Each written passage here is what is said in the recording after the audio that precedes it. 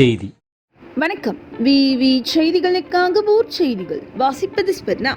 போலி மருத்துவர் தப்பி ஓட்டம். ஷோலிங்கர் அருகே மருத்துவம் படிக்காமல் ஆங்கில மருத்துவம் பார்த்த போலி மருத்துவர் தப்பி ஓட்டம்.